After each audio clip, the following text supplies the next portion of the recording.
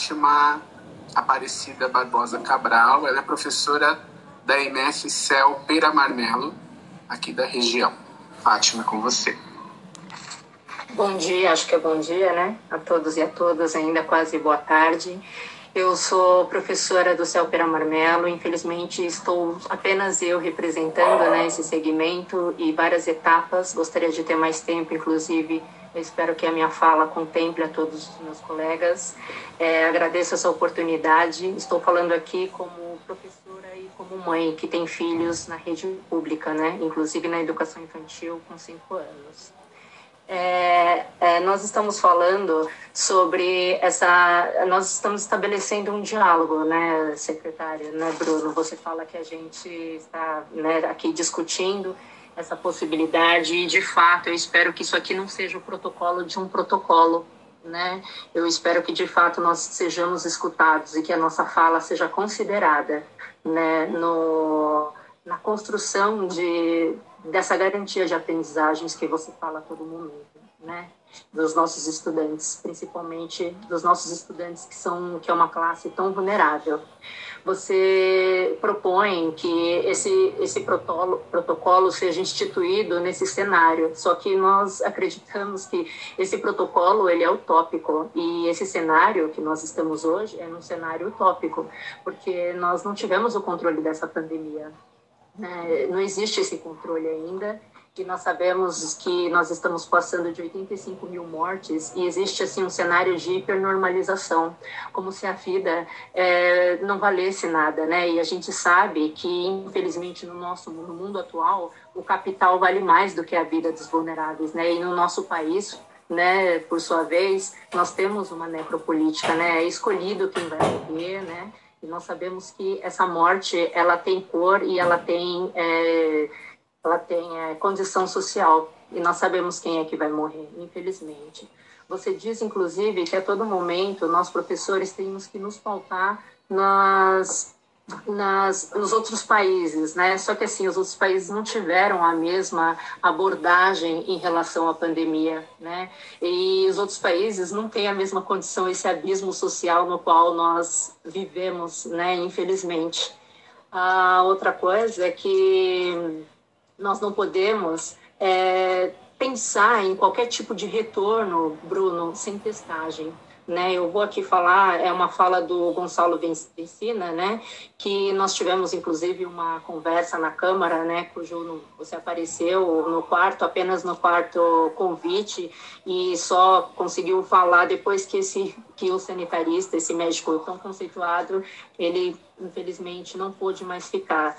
E foi ali, inclusive, que nós pudemos ter alguma conversa com você, né, porque há 4 meses, né, nós estamos tentando ter essa conversa, e é só normativa de cima para baixo e a gente tendo, né, que apagar essas emergências que foram acontecendo, porque assim, nós vivemos uma pandemia e assim, é um estado de exceção, né?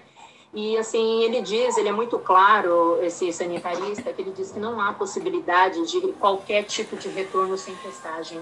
Então assim, não se fala de testagem. Nós estamos no escuro e não há testes. Como nós vamos pensar na implementação de qualquer coisa sem testes? Porque não há vacina. A vacina, a gente não sabe quando vem. Pode ser que venha no final do ano, pode ser que venha no ano que vem, mas não existe nem mesmo os testes para que a gente possa ter qualquer tipo de segurança nesse retorno. Considerando que houvesse algum controle dessa pandemia, né, por parte dos nossos governos. Você fala a todo momento que o governo estadual ele já pegou e fechou as escolas, mas já flexibilizou os shoppings, né? E não é nem minha fala, né? Mas o Dimas Covas, né? Que faz parte desse grupo de contingência, inclusive ele diz em uma entrevista no G1, que é falada no G1, que era necessário que houvesse esse isolamento até 70% das pessoas, né? E não é isso que está acontecendo, infelizmente. No estado de São Paulo, a gente está registrando 383 mortes por coronavírus em 24 horas, né? Então, assim, eu sei que você vai dizer mais uma vez que está faltando pela ciência, e eu agradeço que esteja mesmo, e eu espero que, inclusive, esses dados sejam reais, né? Sejam apresentados para a população de forma real, porque nós estamos lidando com vidas, né? Não dá nem para acreditar que a gente tem que discutir sobre isso, né? Eu não sei, inclusive, em qual lei que a garantia de aprendizagem vem primeiro que a vida, né? Primeiro vem a vida, depois a saúde, e a alimentação e a garantia de aprendizagem. E não dá nem para falar de garantia de aprendizagem conosco, né? Nós somos especialistas em educação, né? Nós somos os primeiros a querer que se garanta esse direito aos nossos estudantes, principalmente aos nossos estudantes mais vulneráveis, né? E contando, e mais uma coisa que esse sanitarista fala, ele fala que não há protocolo que dê cabo de um cenário, de um contexto escolar. Ele diz também que as UTIs infantis estão vazias porque as crianças estão em casa, que quando essas crianças começarem a sair, vai ser um boom de transmissão, vai ser um boom de contágio, porque essas crianças têm alta capacidade de transmissibilidade. Isso considerando todos os seus familiares, considerando todo mundo que pode adquirir ainda essa doença. E ele diz que não vai ser só um boom de Covid, vai ser de outras doenças também, porque todos esses vírus e bactérias estão aí. Nós estamos aqui, estamos ainda no inverno, né? Então a gente tem que considerar todas as possibilidades. Você diz também que não existe a possibilidade de retornar, assim, que nós estamos cogitando essa possibilidade, mas o cenário que está sendo construído, Bruno, é para um retorno em breve. Então você diz que nós temos que planejar, não é verdade? Então, assim, a gente precisa de fato planejar, a gente precisa de fato se pautar, e com certeza nós vamos considerar, espero que se considere de fato a posição, né, dos cientistas, dos médicos e da ciência, porque assim nós estamos lidando com vidas. Dando continuidade, mais uma coisa que eu preciso ressaltar que esse sanitarista fala. Ele diz que se uma criança ou qualquer funcionário desenvolver os sintomas, toda essa escola tem que entrar em quarentena. Toda a escola tem que entrar em quarentena e tem que se fazer rastrear todos esses familiares e todas as pessoas que estão envolvidas, né? Então, assim, isso é um ponto muito importante que precisa ser considerado. A gente fala muito de gestão democrática, né, Bruno? Eu acho que é um conceito que você conhece muito bem, porque você, inclusive, dá palestras, né? Acho que ficou anos à frente do Sebrae, dando muitas palestras e conhece esse conceito muito bem. E nós usamos esse conceito dentro da nossa rede. E a gestão democrática, ela abre para o diálogo, né? Ela abre para a construção em conjunto. Ela abre para que todos sejam unidos, né, no desenvolvimento de determinados objetivos e sejam, inclusive, corresponsáveis. E a possibilidade desse processo amplia muito melhor, né, os resultados de forma positiva. E nós estamos aqui, Bruno, nós somos sua equipe. E não existe diálogo. Nós não estamos percebendo esse diálogo, essa conversa, essa troca, essa construção em conjunto. Nós fazemos parte da sua equipe, e é uma equipe, inclusive, extremamente qualificada, que não para de estudar, e estuda muito e é muito comprometida com o que faz. Tão comprometida, inclusive você sabe que nós, antes desse cartão merenda que você diz aqui, que chegou para todos há muito tempo, isso não é verdade, né? Nos primeiros meses nós estávamos ansiosíssimos, porque nós sabíamos que existiam estudantes passando fome, e nós quisemos, sim, muitas vaquinhas, né? Nos comprometermos na construção de cestas básicas para esses estudantes, para essas famílias. E houve uma fala sua que você disse que nós somos extraordinários por isso. Eu gostaria de pedir licença para que você não usasse a nossa capacidade de se indignar com os nossos estudantes e com esses familiares nesse tipo de retórica, porque é uma coisa muito pessoal, né? Porque nós somos educadores, nós estamos ali junto com essas famílias, então isso é uma coisa muito pessoal. E com certeza, se houvesse garantias, né, nessa justiça, né, justiça social, nós não precisaríamos ser extraordinários, né? Bom, já foi dito pelos meus pares aí, meus colegas, eu já estou indo, tá, Rui? Pelos meus colegas, que assim, é impossível essa implementação desse protocolo sem o quadro de apoio, né, sem um quadro de apoio a contento, né, e assim, além de compor esse quadro de apoio, nós vamos precisar de mais para colocar esse quadro, para colocar esse protocolo de forma exequível, nós vamos precisar de mais pessoas, né, para poder complementar esse quadro de apoio. Lembrando que nós não temos nem segurança e nem limpeza. Essas mães que estão ali, ó, terceirizadas, com certeza são as mães dessa periferia. Eu espero que elas não sejam exploradas, né, porque se fala muito da prestação de serviço público, né, pelos nossos Rede Parceira e outros mais, mas só que eles não têm a mesma garantia. E a gente tem que ouvir falácias do tipo que alguns de nós estamos aqui privilegiados fazendo a quarentena nas nossas casas. Isso não é verdade. Nós estamos trabalhando demais e nós estamos sendo extremamente criativos. Nós estamos seguindo, inclusive, a sua orientação e estamos sendo extremamente criativos. E isso não é privilégio, isso é direito, né? Inclusive, nós temos muitos amigos que morreram já de Covid, viu, Bruno?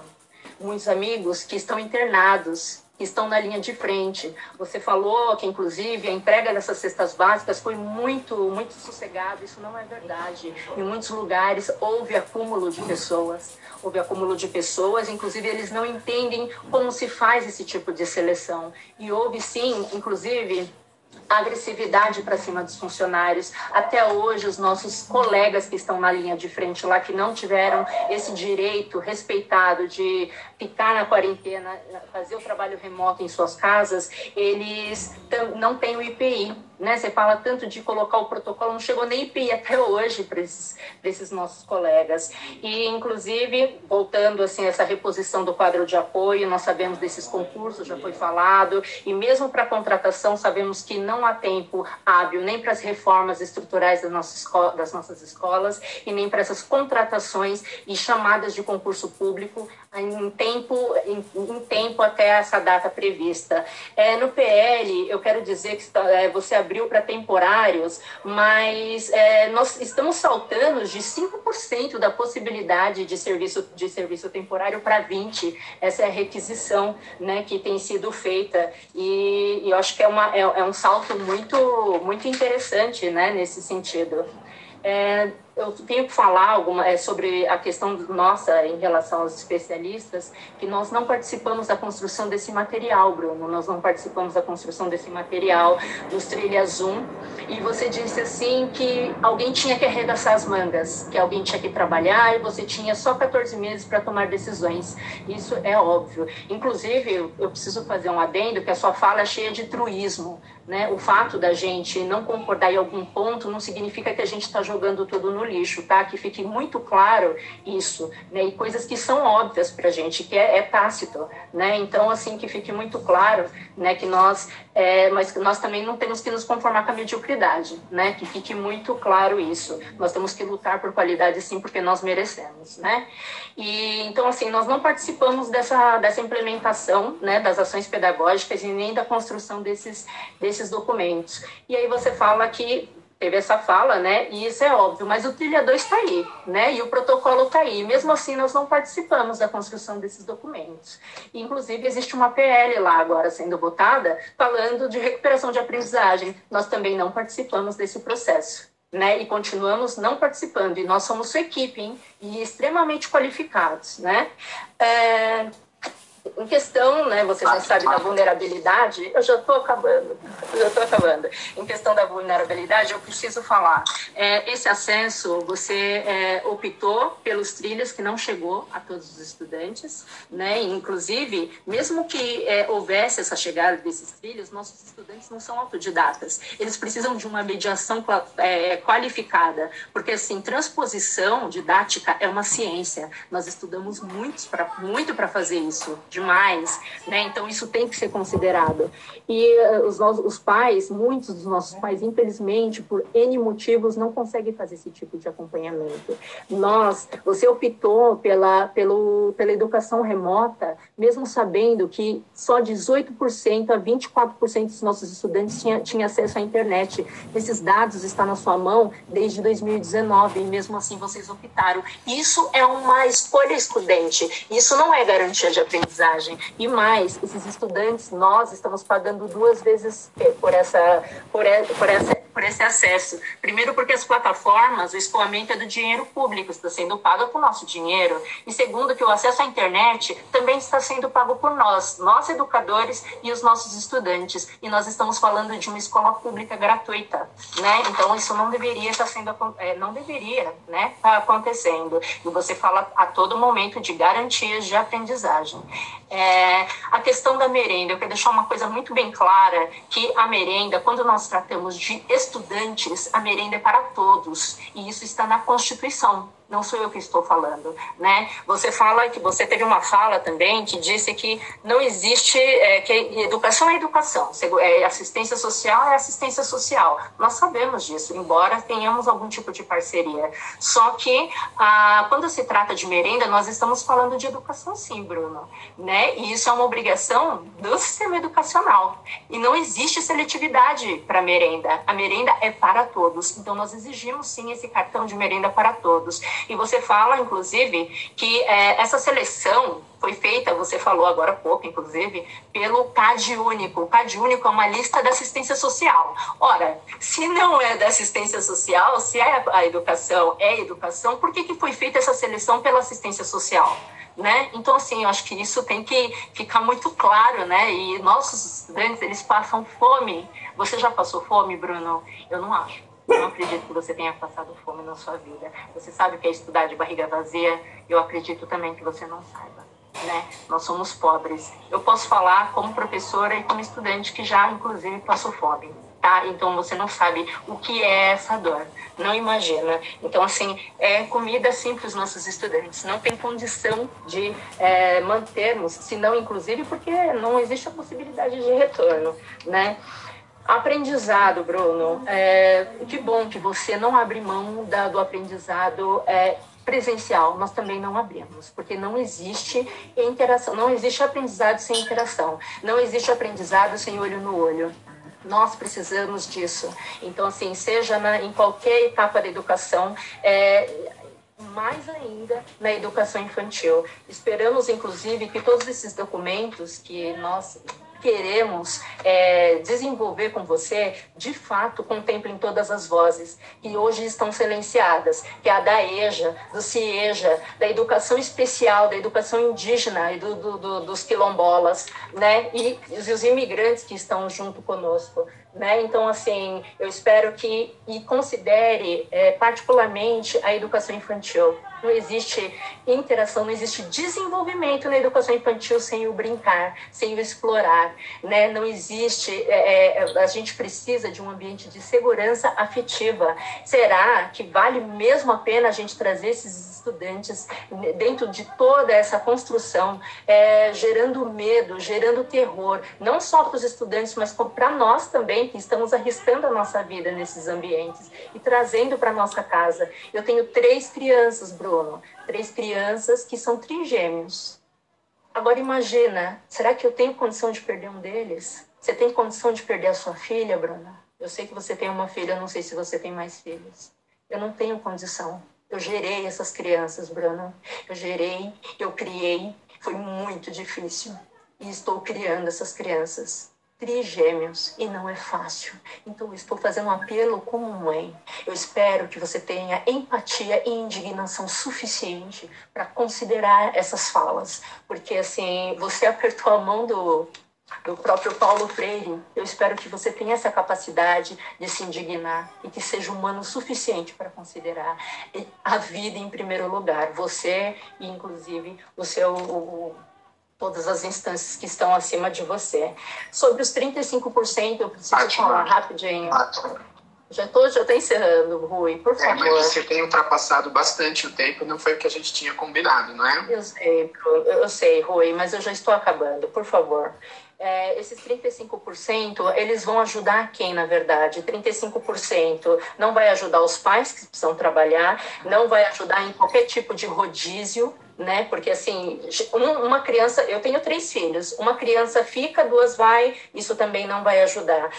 Nós falamos de 18% a 24% de acesso à internet. Então, foi dito que esses 35% está em cima de quem não teve acesso. Então, assim, se esses estudantes não teve acesso, é mais de 60%, 70%, 80% que não teve acesso. Esses 35% não vai contemplar. E vamos considerar, assim, num panorama utópico, que não houve, né, nenhum tipo de transmissão, nada. E quando retornar esses outros? Quando for acrescentando esses outros estudantes, como que vai acontecer? Eles não vão infectar sem testagem, não vai acontecer nada, né? Então, a gente precisa considerar essa possibilidade também, né?